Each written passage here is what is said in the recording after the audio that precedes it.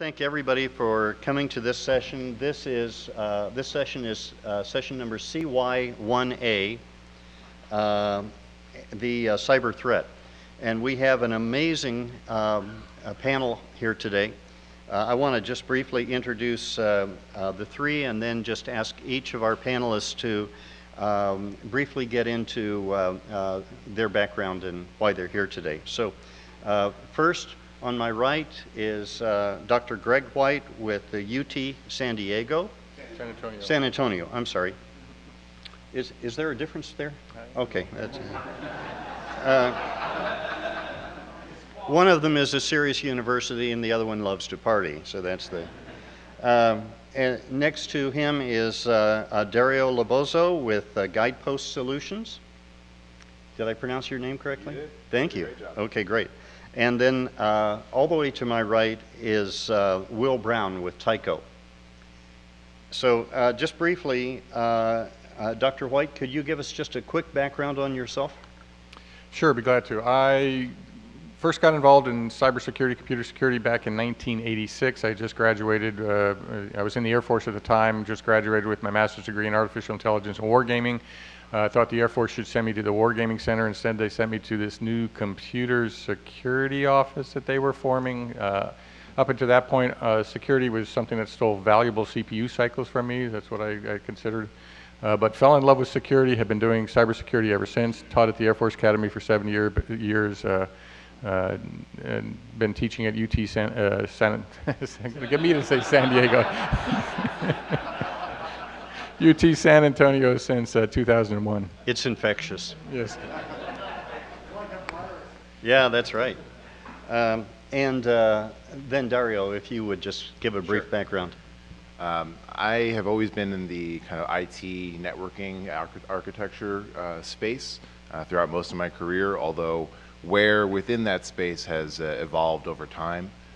Initially, it was in the typical desktop IT support, and that rapidly changed to more people-facing roles.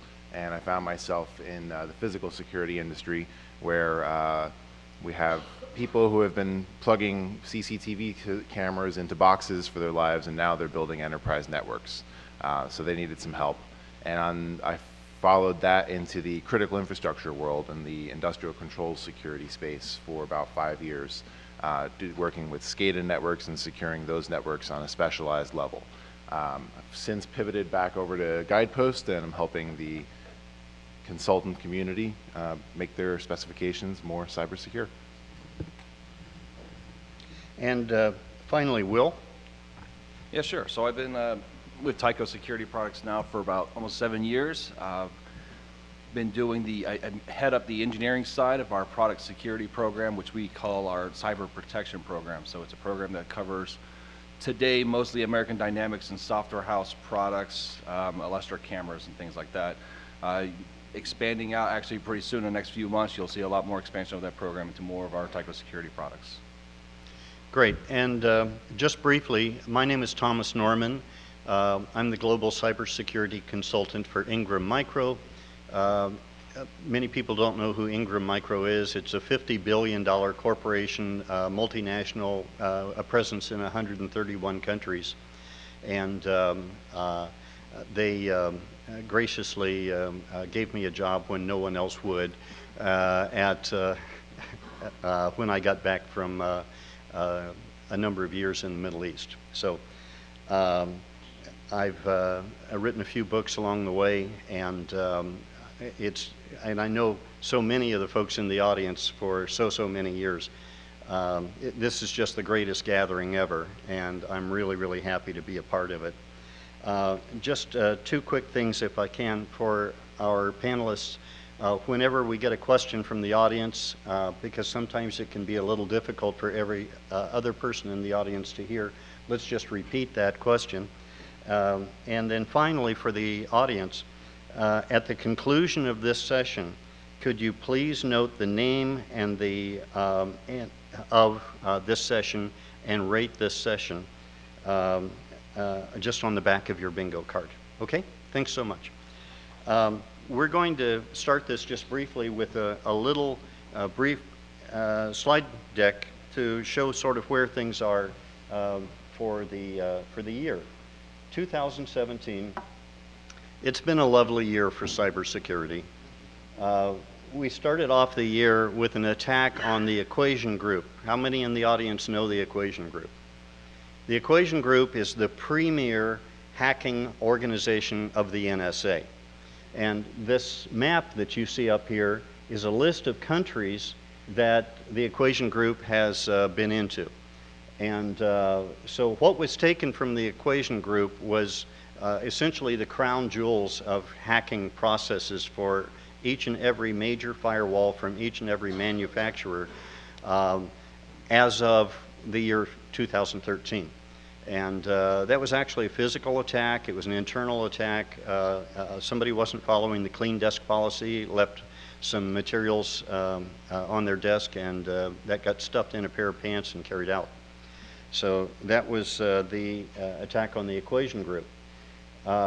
So from that attack, we've seen attacks carried out from China, from Russia, from smaller players, and in particular, there was one tool called Eternal Blue from the NSA suite of tools that was used, and Eternal Blue was used heavily in the WannaCry attack of earlier this year, which took down thousands and thousands of systems all over the world.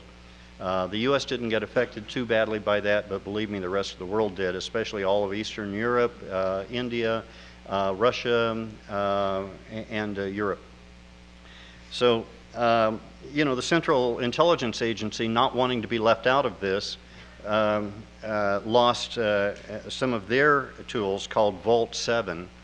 And Vault 7A was released on WikiLeaks, and so far I believe 2 out of 7 of the vaults, each document is considered a vault, has been released on WikiLeaks. So I talked earlier about the Eternal Blue attack process, and that was used in Ukraine for an attack called NotPetya, or Nyetya. And this was pushed out through an update in an accounting software that's used in many, many areas of the world. And that infected and took ransomware into all those systems. So Virgin America was struck.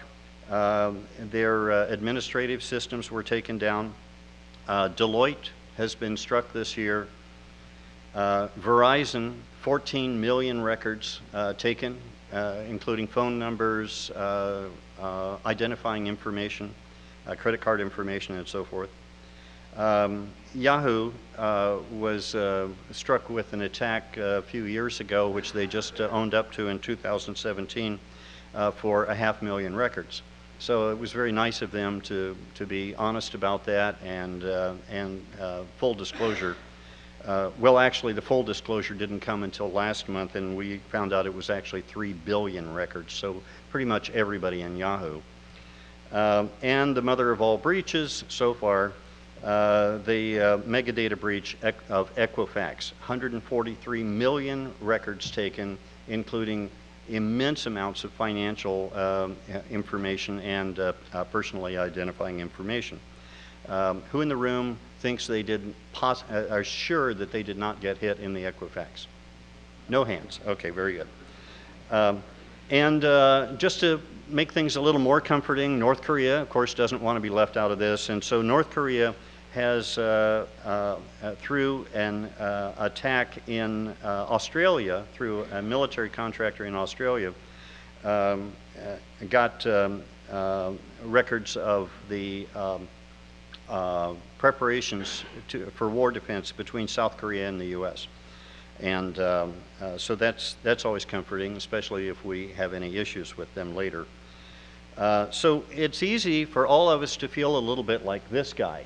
So there he is standing out on the steps of the Forbidden City, and that's about 15,000 arrows from archers arcing up over the wall towards him. So some of those are threats, cyber threats, and others are, cyber countermeasures. How do we make any sense out of all of this? And that's what we're going to talk about today. And just to give us a comfort level on what has on the capabilities of some organizations. And I apologize, this didn't link directly from the slide deck. This is, oh yeah, of course. This is a short video of an ISIS attack. We'll just do it from here. Of an ISIS attack on an Iraqi military column. And so here we go. This is utilizing a drone. So they have weaponized drones. And at the end of this, I'll tell you a little bit more about this. So this is an Iraqi military column. There's a tank at the front, a number of Humvees that are coming in. We see the drone zooming in on one of those. It has a crosshair. That's disconcerting. So that is a 1 kilo bomb, just 2 pounds. And now, just to make everybody here realize that cyber has, you know, I've been talking for some time about the crossover between cyber and physical security. This is a perfect example of that, where cyber tools are used to conduct physical attacks. Now, just to make everybody feel really, really good about this, it has come to light in about the last 3 months that ISIS has actually been able to weaponize swarms of these. And the Secret Service is not just a little bit concerned about that. So with that, I want to just ask a couple of questions of our panel to get things going. I'd like to start with Dr. Greg White. And Dr. White, can you give us just a quick rundown on the range and breadth of cyber threats? Sure, be glad to. Also, you know, as a professor, we're used to talking in 50-minute increments, and so I'll endeavor to try to not fall into professorial mode here or something. In terms of, and also as an academic, one of the things that we're important about is splitting hair. You know, what we think is important is splitting hairs. And so the definition of threat and what a threat is, just because your system has a vulnerability, an operating system or an application or whatever that has a vulnerability, does not mean that there's a threat to your system. A threat, you know, and some people refer to the term threat actor. You know, you've got to have someone out there that is willing to exploit that vulnerability, or, you know, looking at it from a risk management standpoint, if nobody's willing to exploit a vulnerability in my system, I don't, you know, there's no threat to my system. I have a lot less I have to worry about. Now, fortunately for all of us from a security standpoint, if you're connected to the internet, there's a threat. Because there are, or fortunately or unfortunately, however you want to look at it, there are individuals out there that are more than willing to attack anybody who's connected to the internet. And so, you know, you're connected, you have a threat. The level of threat, however, will vary between organizations. For example, here in San Antonio, we've got NSA Texas, and who is willing to attack NSA Texas and all the defense contractors that are here in San Antonio to support NSA? It's a lot different group than the folks who are going to be interested in attacking potentially San Antonio shoemakers, you know, SAS Shoes here, which is a shoe store that we have. We'd like to think about, and for a number of years, we've categorized threats into 3 levels. So you have structured threats, unstructured threats, and highly structured threats. And the unstructured threats are, you know, the script kiddies, the individuals who may not know what the heck it is that they're doing, but they can download an exploit, and they can double click on an icon, and they can launch it against a site. The ankle biters. That's fortunately, the largest number of attacks come from that unstructured threat. And they're also generally the easiest to counter. And so everybody's going to be, if you're connected to the internet, you have to worry about the unstructured threats, sorry. Structured threats are going to be moving into more organized crime, potentially hacktivists, individuals who are willing to take a little bit more time. One of the things about unstructured threats is generally they're interested in not a specific target as such, but rather an exploit that has a vulnerability has been discovered, an exploit has been written to take advantage of that vulnerability, and they're going to download and they're going to see which one of you folks hasn't patched your system. One of you probably haven't patched your system, and I don't care who you are. I'm just going to find you and I'm going to exploit your system. A structured threat, on the other hand, is going to look at a specific target and say, I'm going to try this, I'm going to try this, I'm going to try this, and I'm going to keep on trying things until I'm eventually able to get in. They're willing to spend a lot more time. With an unstructured, if I try one person, okay, not vulnerable, go on to the next one, not vulnerable, go on to the next one, you just keep on going until you find someone. With a structured threat, I'm going to keep banging away using different techniques, different tools, because I am interested in Bank of America. I am interested in a specific defense contractor. Much more organized, much more difficult to defend against, a different level of threat here, obviously. And then the highly structured, think nation states, think North Korea, as was mentioned. And if you have a nation state going after you, you're in a heap of trouble because there's a lot that you have to defend against them, because nation states are also willing to do things like, spend money to either corrupt an insider or to, basically buy an insider, replace an insider. You're going to have to start worrying about that insider threat as well. Not just disgruntled employees, but individuals who are getting paid.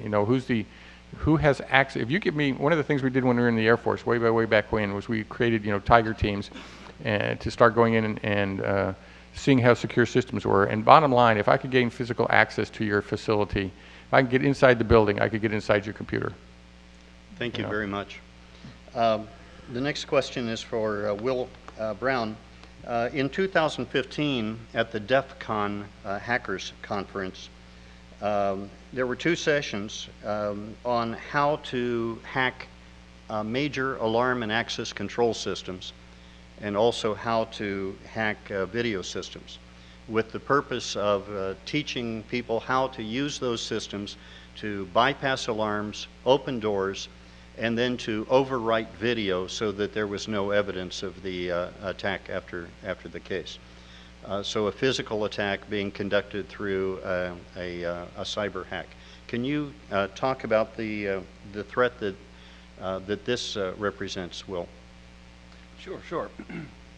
So I know you mentioned DEF CON, but I would say that that's probably just one example. All you got to do is go to YouTube and search for how do I hack an IP camera. You'll find hundreds, if not thousands, of hits. One thing I do like about those videos is it does. Is this not working? Or is it just not close to me? All right, I'm sorry. One thing that those videos do very well, though, is they do give you new ways of looking at your own products and where the vulnerabilities may lie. Some of these guys are very creative in finding new attack vectors. And so being able to watch these types of videos and re-look at your own products and say, well, is that possible? Is that an attack vector we've thought of before? A lot of the times, these guys are buying $20 cameras off of eBay and reverse engineering. It's like, okay, that's not really applicable, but I see what you're trying to do there. But the thought process is still valuable. I think the really good ones, I think the DEF CON's ones you were talking about are the most valuable ones, because if you watch those videos all the way through the end, they're not targeted necessarily to the script kiddies out there trying to learn how to be annoying. They're actually targeted towards the IT and the security people. So they've end their videos with, here's what you need to look for. Here's the different software that you may have on your system today, and how do you go through and look through that software? What controls should you have in place to make sure that you're not vulnerable to those types of attacks? But to what you were just saying there, Doctor, if I get physical access to your IT network, the game's over, right? And so if I can gain IT access to your physical systems, I can gain out, and I can use that to gain access to your other IT systems. And we've seen situations before where, someone hacks into a camera, uses that to get to an NVR, and now I'm on your network, right? When they're diving deeper into the target breach, right? There were systems on their network, like I think it was one of the scales in the daily that they actually use as a pivot point on the network. So they compromise that and use that to pivot throughout the network. Right, so absolutely, they could be a pivot point, they could be an entry point into your larger IT network. Thanks very much. Dario, a quick question for you. In December 2016, the major internet service provider, Dyn, which provides ISP services for Netflix, for Spotify, for many commercial services, was attacked by a giant distributed denial of services attack comprising video streams from 145,320 security video cameras and DVRs, and it was pushing 1.5 terabits of data per second against their servers. Just to put that in perspective, A normal commercial server can handle between 6 to 8 gigabits per second. A really large NIC card, network interface card, can handle 25 to 40 gigabits per second. As of today, the largest servers on the planet can handle 100 gigabits per second. That's actually going to change before the end of this year. It'll be 200.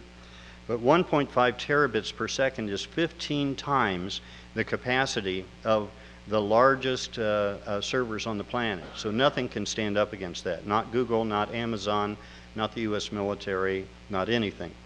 And can you talk just for a moment about what specifiers can do to prevent their systems from being conscripted into a DDoS bot that could take part in an attack like this, and to avoid the potential liability of having their design be part of an attack like that? Thanks for the softball, Tom. It's a good one. Always happy. I think if we keep it to the context of the question itself, which is an astonishing show of force with that level of an attack, I think that the simplified answer is almost nothing. You can do almost nothing to really protect yourself from that level of an attack. But let me clarify. Sure. I'm not talking about protecting our system from a DDoS attack. I'm talking about designing the system in such a way that our video system can't be used in an attack like that. Absolutely. That's what I was going to get at, is that you cannot protect against that specific type of attack, but you can implement best practices as well as more than best practices and actual security methodologies to ensure that you are kind of putting your system in some kind of a bubble. And then the second step to that is to make sure that it's designed in such a way that in the event of an attack, whether it's that magnitude or even smaller, and it likely could be even a smaller attack that you find yourself vulnerable to. And I say that because oftentimes the customers that we're working with are people who are targeted or entities that are targeted, and more often than not, they're not necessarily targeted. It's just an attacker that's casting a wide net to find so many devices out there that are missing this one particular patch, that are utilizing this one particular service. And you, as an entity, are not necessarily the target, but now you've been caught in this net, and you have an unfortunate situation where you did not protect against that piece. What do you do now?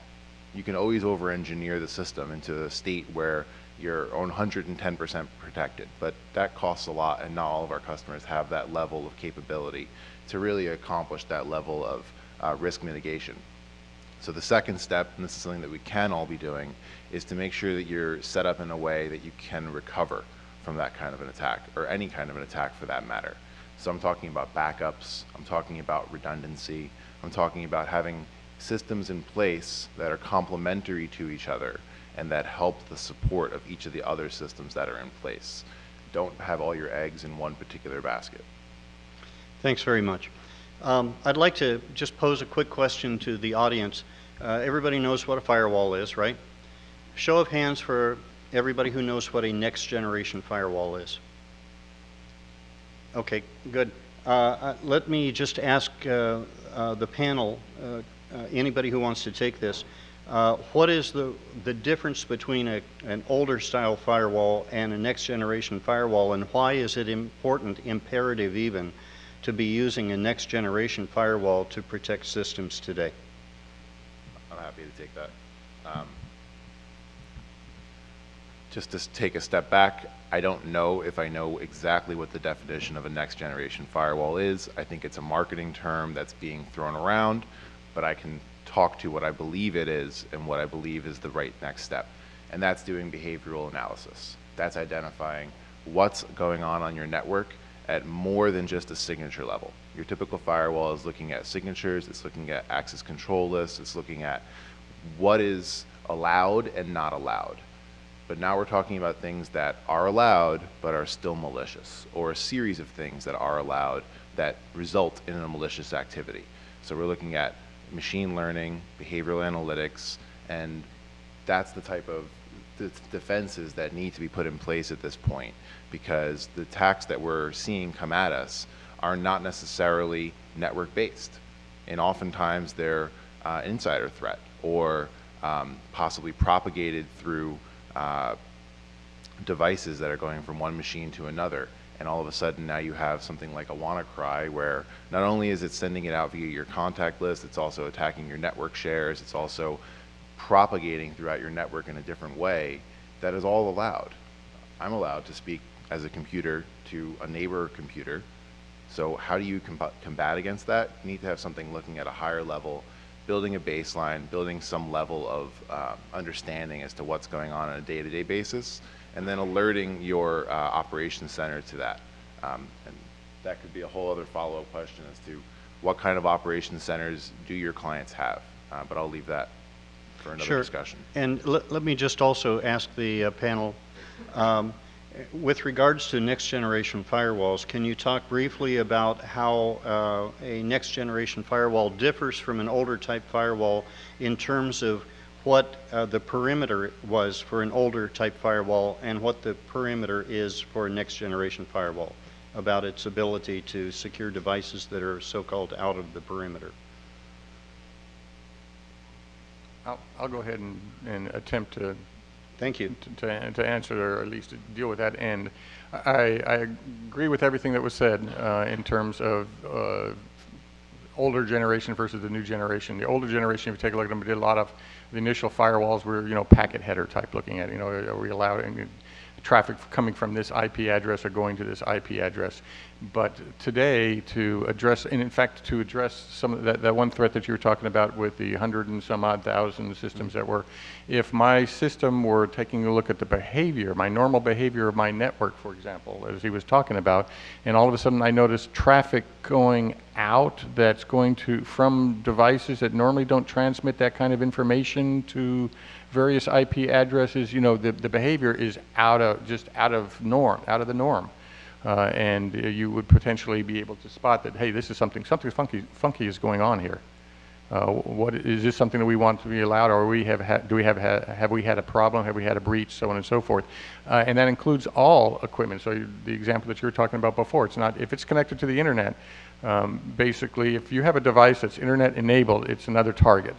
And it's a target that can be used to, for example, in the earlier example, target other people as well if it is basically become a zombie and been taken over by somebody else. So thank you so much. And in particular, one of the major problems with systems today and with firewalls is that in the old days, a firewall was between the internet and the system. So we had a firewall between those two. Today, there is no perimeter. The perimeter is everywhere. So we have IoT security cameras that are outside the skin of the building. They're taking the network outside. We have mobile devices, phones and iPads and so forth that are not connected in a wired fashion at all, but through wireless. So again, we're extending the network outside the skin of the building and outside of its normal environment. And the next generation firewall is capable of securing all of those endpoint devices in a way that older firewalls couldn't possibly do. The next point along this, I'd like to talk just a little bit about how a connection to cloud security can enhance the capabilities of a standard firewall to deal with these kinds of aggressive threats.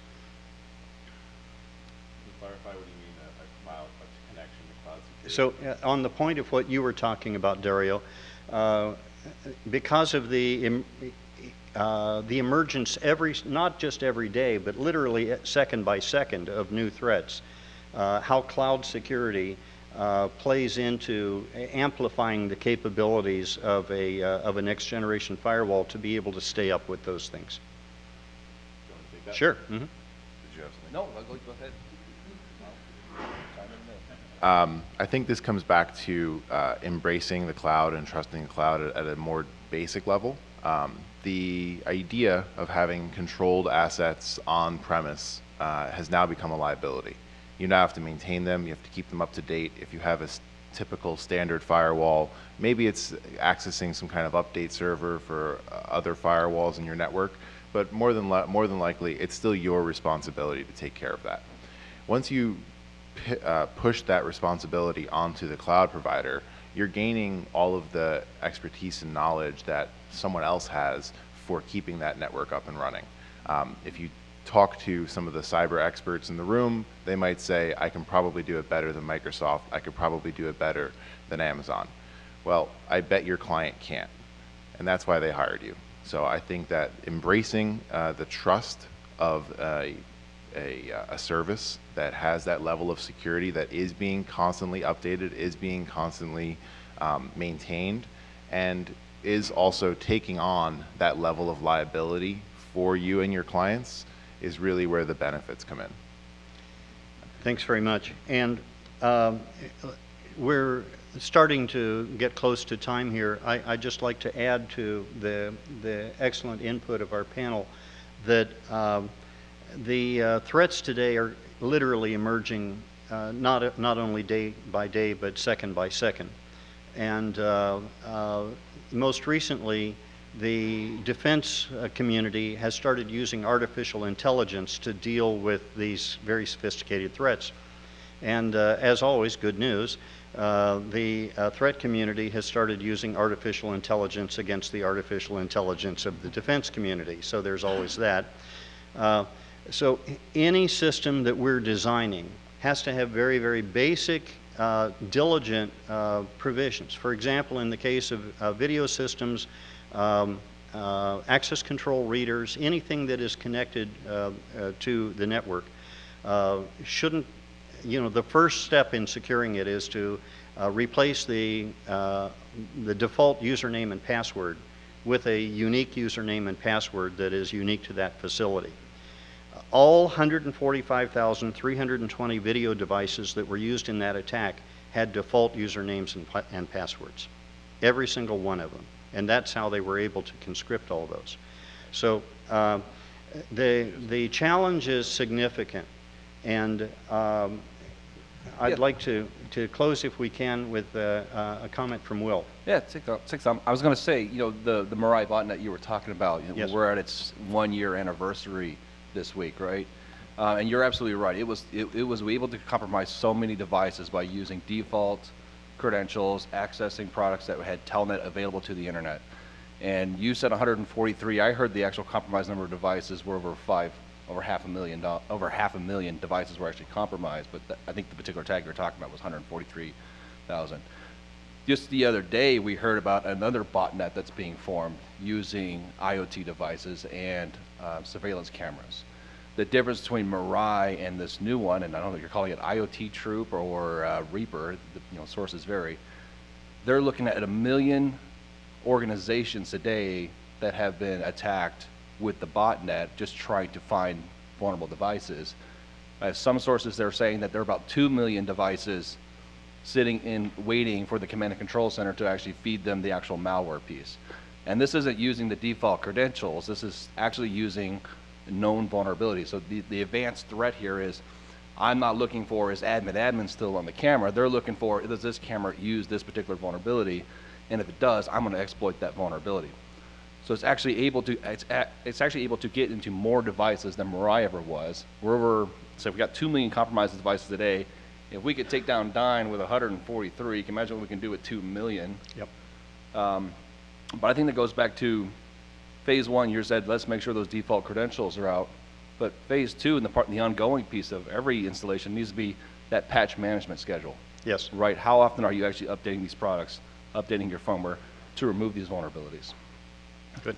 Quick question, Will, for you, Yeah. what makes security cameras such an inviting target for these, recruiting a botnet with these large-scale DDoS attacks? I've heard that the Yep. extensive list of usernames and passwords didn't get to that, which is the source code of the Wi-Fi virus. But what is it about cameras that makes it so attractive?